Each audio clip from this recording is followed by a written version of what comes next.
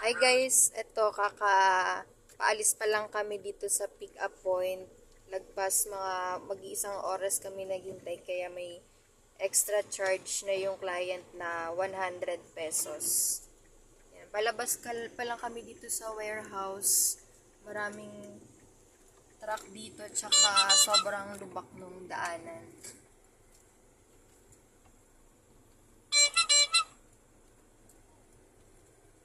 Yan, sobrang malubak ang daanan kasi puro truck yung dumadaan dito.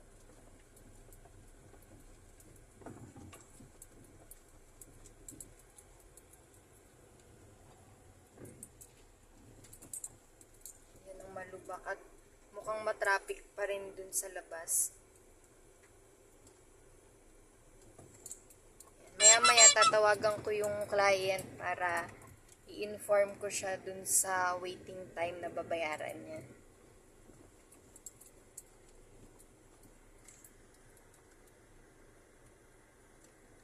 Traffic paglabas dito guys.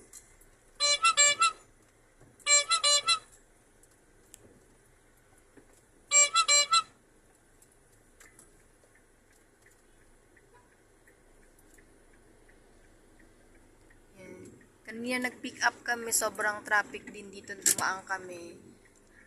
Ngayon, traffic pa rin siya.